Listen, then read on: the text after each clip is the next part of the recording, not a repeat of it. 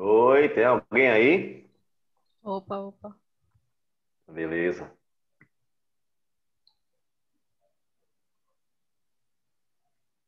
Bom, tem alguma dúvida ainda aqui nessa parte? Eu não lembro quem foi que estava com dúvida. Oi, Igor. Igor, tá ouvindo?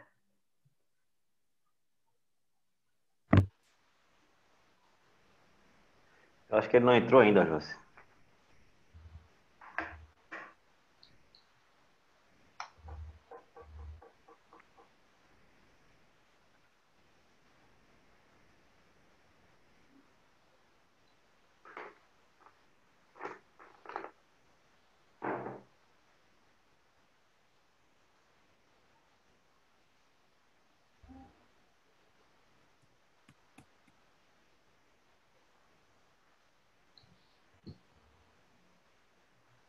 Bom, vou continuar. Se caso tiver alguma dúvida ainda sobre essa parte, pode falar que eu volto. Ok, ok.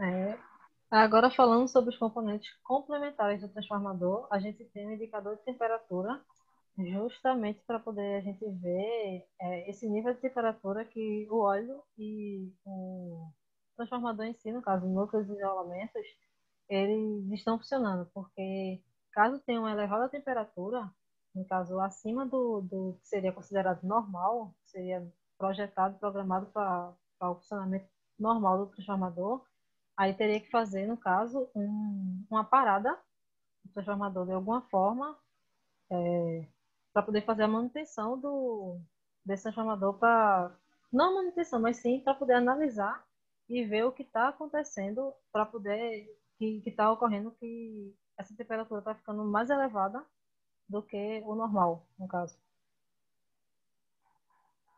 Aí, dependendo do transformador, tem toda a manobra de parada dele, porque não é tão simples de parar um transformador e também não se deve parar um transformador. Mas aí tem todas as manobras de manutenção de um transformador desse tipo. E também tem o indicador de nível de óleo, que é justamente para ver como está o funcionamento do óleo, no caso, o nível, como eu mostrei para vocês anteriormente, há alguns slides atrás, a gente viu que o transformador do tipo selado, do tanque do tipo selado, ele fica a 15 centímetros do, da borda do transformador, ou seja, se ele tiver um pouco acima disso, no caso, a tampa do transformador, o óleo esteja um pouco perto da tampa do transformador, isso acontece porque o óleo está se dilatando mais do que deveria. Então, existe alguma falha que tem no transformador, no caso internamente no transformador, que está fazendo com que o óleo tenha essa expansão, que não deve acontecer, no caso, dependendo do transformador, né? Se for do tipo de expansão, tem as condições normais e tem as condições anormais também. Ele também tem esse nível de óleo e são níveis pré-determinados para cada transformador.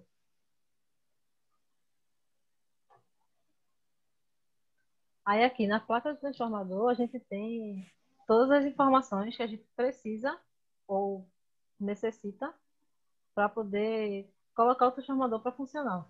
Depende muito da aplicação do transformador que você vai usar. No caso, vamos supor, essa placa de transformador é um tipo de transformador trifásico.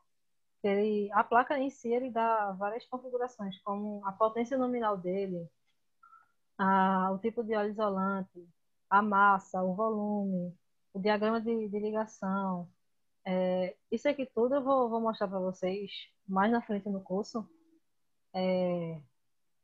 Tipo, esse diagrama de ligação, esse grupo de ligação, que seria estrela-triângulo, delta-estrela, essas relações de transformação do transformador, a relação de transformação do primário com o secundário, se é 220, 110, se é 380, 220, enfim, a frequência, tem tudo escrito na placa do transformador, tudo que deveria estar escrito, no caso, para quem for consultar esse transformador, fazer alguma manutenção ou aplicar colocar em alguma aplicação, né? Ô, Joyce, Oi, pode falar, Alexandre. igualmente nas bombas, né? Que toda bomba vem seu esquema, né? Para fechamento, Sim, suas sim. ligações e No tal. caso, no caso das bombas, as bombas são um tipo de motor, certo? Uhum. Aí É, é justamente o que eu tinha falado no início da aula. Existem as máquinas rotativas e as máquinas estáticas. E no caso, os motores isso. são máquinas rotativas. Então, também tem que ter essas placas para identificar o tipo de motor e para que seria utilizado, no caso. Correto, correto. Correto? Vamos seguir em frente. Aí aqui eu falo um pouco das aplicações do transformador, que seria, no caso, para adequar os níveis de tensão no sistema de geração, transmissão e distribuição, que foi o que eu tinha falado anteriormente. A gente tem um sistema de geração e, no caso, na hidrelétrica, a gente quer levar essa potência que a gente tem, essa tensão que a gente tem na hidrelétrica para poder conseguir transmitir e distribuir essa energia para as outras pessoas. Então, a gente eleva essa geração. Aí coloca no sistema de transmissão e, no caso, vai baixando, elevando e isolando, enfim, depende muito da aplicação.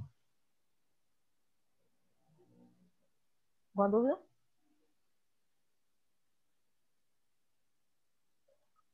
Aí, os transformadores que são usados para isolar eletricamente esses sistemas, no caso, seriam os transformadores, um exemplo deles seria o transformador isolador, que tem os abaixadores, elevadores e os isoladores. E é justamente essa relação de transformação que eu vou explicar, no caso, na próxima aula, para vocês, o que seria esse transformador isolador, que ele faz com que a tensão do primário seja igual à tensão do secundário, mas que tem essa proteção eletricamente entre os componentes, no caso, de uma rede para outra rede. E também tem os transformadores para proteção de sistemas de controle e eletrônicos, que seriam os transformadores de instrumentação, que seriam os transformadores de corrente e transformadores de potencial, que eles abaixam o nível da tensão para poder fazer, para que os sistemas de controle eletrônico funcionem. Aí aqui eu mostro mais ou menos, é, mais ou menos um diagramazinho falando quais são os transformadores de cada área assim, de uma rede elétrica, né? Aí na geração a gente usa os transformadores elevadores, como eu já expliquei anteriormente. Na transmissão e distribuição, os transformadores de linha interligados, para poder fazer essa passagem da corrente, passagem da tensão. Nas grandes indústrias de transportes, transformadores especiais, para retificador, locomotivas, fornos, eletrólise. No caso, são os transformadores que são projetados para uma determinada aplicação. Não são transformadores gerais, como os trifásicos, os monofásicos, são transformadores especiais. Os de resistências e pequenas indústrias são os transformadores normais que a gente conhece, que são mais usuais, que seriam os transformadores de distribuição a óleo e a seco. Nas redes rurais utilizam muito os monofásicos e também os trifásicos, nas residências e pequenas indústrias. No caso, um transformador que a gente olha no poste assim, é um transformador trifásico de distribuição a óleo, um exemplo.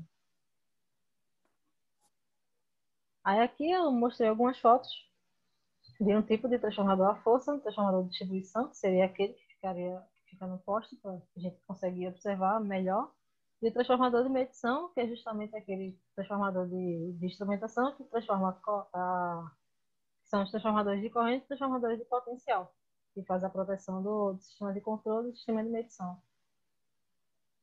Aí aqui na próxima aula eu vou começar a introduzir para vocês o assunto do transformador ideal, que aí sim começa os cálculos, começa toda a brincadeirazinha dessa cadeira, né? Tem alguma dúvida?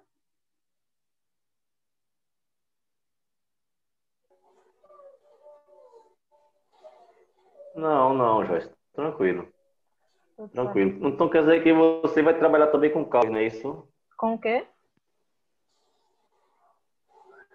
Trabalhar com o quê, Alexandre? Por favor. Com cálculos? Sim, sim. A partir desse momento agora do transformador ideal, a gente vai ver essas relações de transformação em relação às espiras, em relação às correntes, entendeu? Meu amigo, todas as cadeiras de eletro é Ok, ok. cálculo. Ele é cálculo. O que, Richard? Todas as cadeiras de eletro é cálculo, meu filho. Não.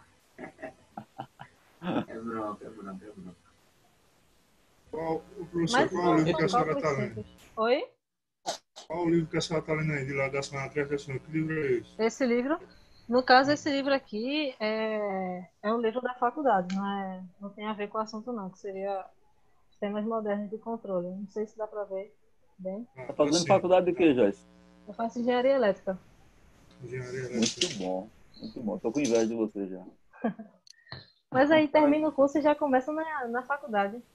Já A segue ideia é essa o mesmo mesmo. caminho. A ideia é essa. A ideia é essa. A Justamente. ideia é essa. Aí, algum de vocês trabalha na área? Eu vou parar a gravação aqui, porque